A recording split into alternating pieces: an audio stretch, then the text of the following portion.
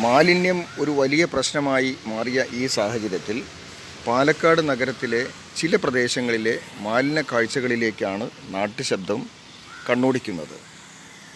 പാലക്കാട്ടെ government Victoria കോളേജിൽ നിന്നും ചുണ്ണാമ്പുതറയിലേക്ക് പോകുന്ന വഴിയിലുള്ള മേൽപ്പാലത്തിൽ സമീപമുള്ള ഒരു പ്രദേശത്തെ മാലിന്യ കാഴ്ചകളിലേക്കാണ് നമ്മൾ കണ്ണോടിക്കുന്നത്. ചുണ്ണാമ്പുതറയിൽ നിന്നും BOC റോഡിലേക്കുള്ള ഇടവഴിയിലെ ഭാഗങ്ങളാണിത്. മാലിന്യ കാഴ്ചകൾ ഇനിയുമുണ്ട് നഗരത്തിൽ, അതിലേക്ക് പിന്നീട് കാണിക്കാം. ഇപ്പോൾ ഇവിടുത്തെ കാര്യങ്ങൾ മാത്രം. എല്ലാമുണ്ട്. ജൈവമുണ്ട്, അജൈവമുണ്ട്, മദ്യക്കുപ്പിയുണ്ട്, ഇരുമ്പ് കമ്പിയുണ്ട്,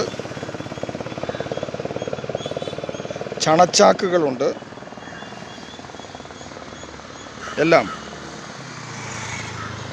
സമൃദ്ധമാണ്.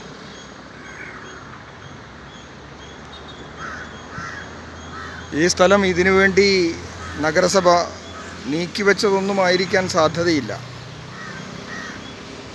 ആണെങ്കിൽ തന്നെ ഇവിടെ ഇങ്ങനെ ഇടുന്നത് ശരിയല്ലല്ലോ.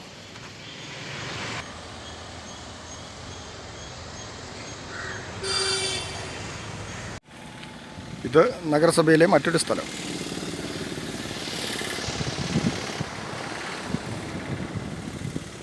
പശു അതിനാവശ്യമായ സാധനം തിരഞ്ഞു പിടിച്ച് കഴിക്കുകയാണ്.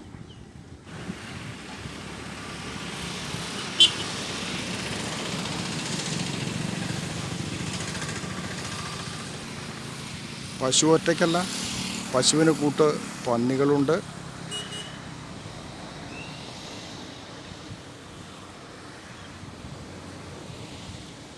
പശുവിന് കൂട്ട് പന്നികളുണ്ട്, പന്നിക്കൂട്ടമുണ്ട്.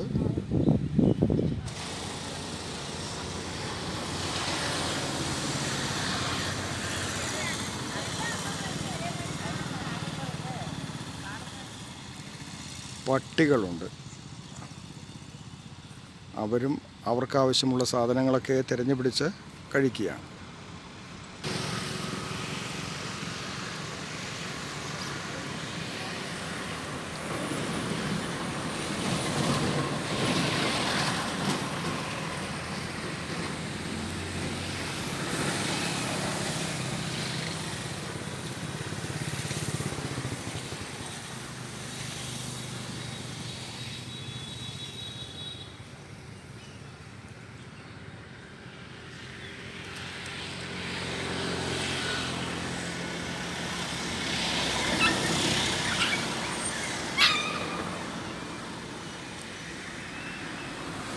പട്ടിക്കൂട്ടം ഒരുമിച്ചെത്തി. പട്ടിക്കൂട്ടമെത്തി.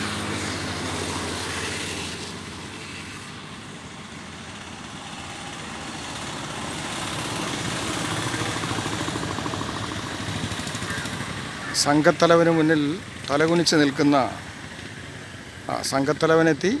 ആ സംഘത്തലവൻ എല്ലാവരെയും നിയന്ത്രിക്കുകയാണ്.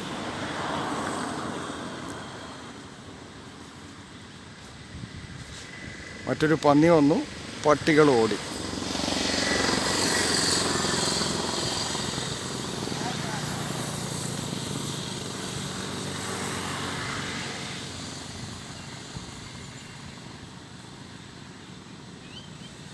പാലക്കാട് BOC റോഡിലുള്ള റെയിൽവേ മേൽപ്പാലവും വിക്ടോറിയ കോളേജിൽ നിന്ന് വരുന്ന റെയിൽവേ മേൽപ്പാലവും അതിനിടയിൽ ഉള്ള റോഡാണ് ഈ റോഡ്. നിരവധി ആളുകൾ സദാസമയം സഞ്ചരിക്കുന്ന റോഡാണിത്.